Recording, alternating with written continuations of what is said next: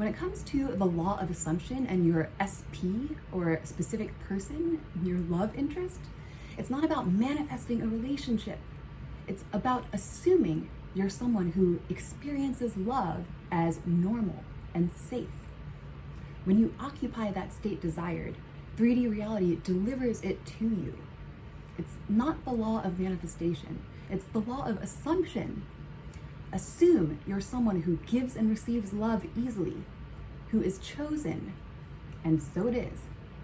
If you don't feel that way, then all the affirmations and visualizations in the world aren't going to work. They can help, but your first order of business is changing your self-concept to someone who loves and is loved. And I'll help you do that in this video. If you don't feel like your perfect SP is out there and is already yours, then we have to look at why. It could be low self-worth. It could be low self-esteem. It could be that you feel like you messed up all your past relationships and are giving up, which is the boat I was in, until I took a magnifying glass to look at what was going on in my relationships and in my head and what was shaping my self-concept. Figuring all this out, I gotta say, that process was not fast. It took a while, but that's all the more reason to get out the magnifying glass now, and also without judgment. That is the work of healing. After digging around in what was going on in my life and what created my self-concept, eventually I gained some understanding about why I was occupying the state I was, and I shifted it to becoming part of the flow of love. Loving things in the world, in my life, people, even myself. And I felt so much love that I was completely satisfied, SP or not. And this is coming from someone who had horrible self-esteem, negative self-worth, hated myself, hated everything. So if I can do it, you can too. So much of our original concept of love, where to get it, whether we deserve it, comes from childhood and our parents. A couple friends and I were joking that everything that's messed up about us comes from our parents. That is a joke. Of course, life experiences shape how we view and experience love. We grow and change. We have free will. But when it comes to our first relationships and our original initial views of love, that does come from childhood, and a lot of us carry that well into adulthood.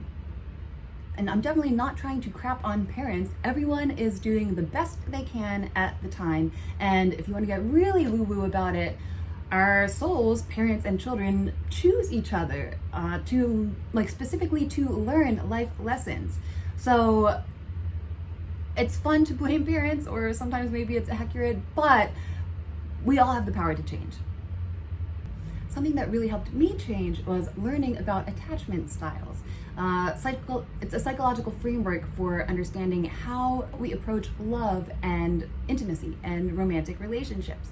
Whether it's a holdover from childhood or not, it's really interesting to dive into. There's tons of stuff online, and I found this book attached, very helpful. It's specifically about adult attachment styles and how they affect your romantic relationships. Talks a little bit about childhood, but it's illuminating, and it helped me learn a lot about myself and where I was coming from when it comes to love. And apparently every one of us falls into 3 categories, or sometimes we can have a little sprinkling of a couple of them. And those attachment styles are anxious, avoidant, and secure. Oh, first of all, I want to put in a disclaimer that this is not a substitute for therapy. I am not a therapist. This is just something that really helped me. So if you have an anxious attachment style, then that means you are hyper vigilant about anything that might be wrong in the relationship, whether that's true or not. You crave intimacy and you worry about the other person loving you back. You need constant assurance that the relationship is safe. So in other words, you're pretty needy. And I was like this for all of my early relationships. And this can look like you text your partner and you don't hear back from them. So you assume that they hate you or they're cheating on you. And then you text, "Are you mad at me?" Instead of thinking, they're probably busy. It's an anxious attachment style. Every day can be filled with, like, you pay such attention to little details that, it's truly anxiety inducing, as the name suggests. When you have an avoidant attachment style, you are extremely self-reliant. You don't need anyone. It's not safe to need anyone. You worry that if you let people in, you might get hurt, or you might do the hurting. So you avoid closeness.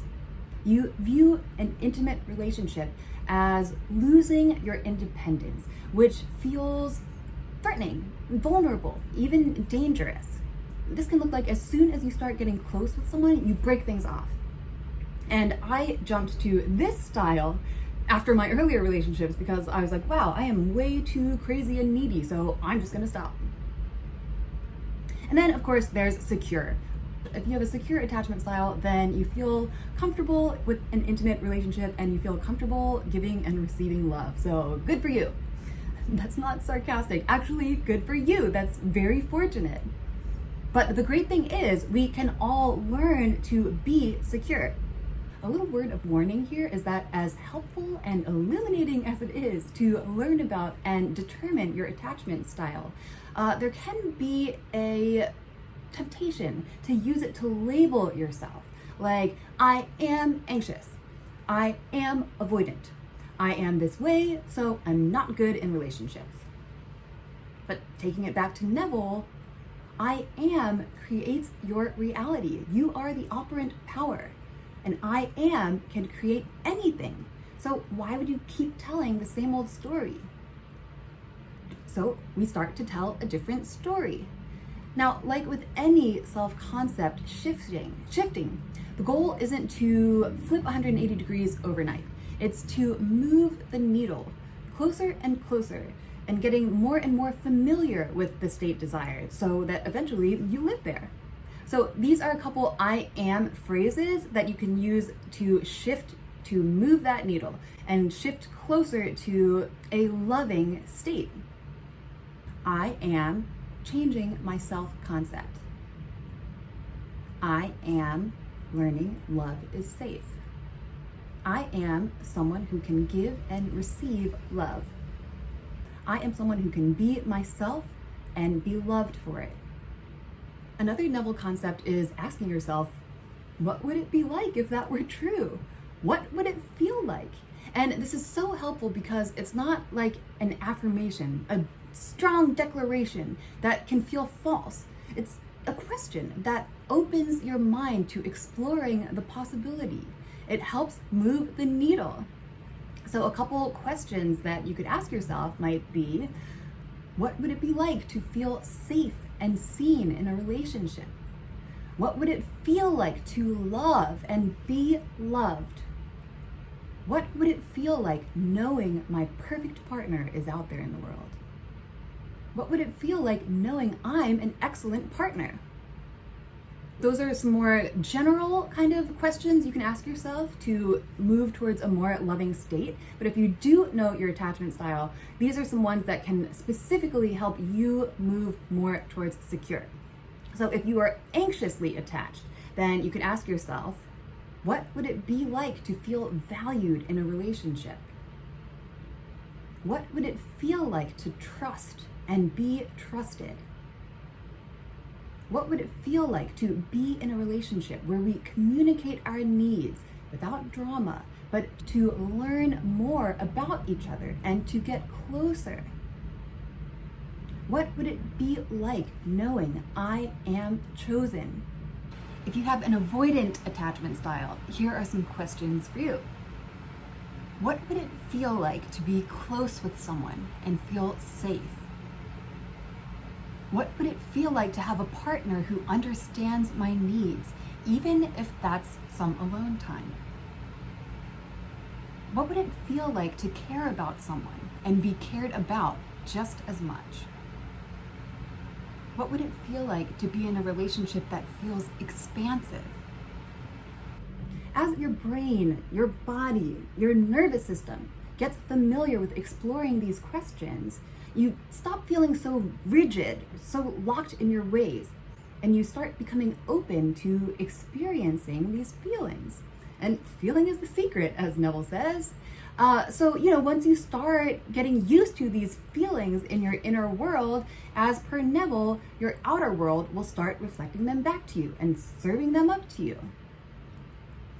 Thought is the first step towards changing your self-concept, but feeling is what sends it home. I hope you found this useful, and if you did, please let me know in the comments, or go ahead and share your own tips and experiences about shifting towards a more loving state. And for anyone who's curious, I have an amazing SP right now, and it is the best relationship that I've ever been in. And I know without a doubt it's because I took the time to figure out what was going on in all of my wacky relationships before and how my self-concept was playing into it. So it just goes to show that with a little intention, you can change your relationship to love and to relationships. So I wish you all the best of luck, so much love. Thank you for watching, and I'll see you next time.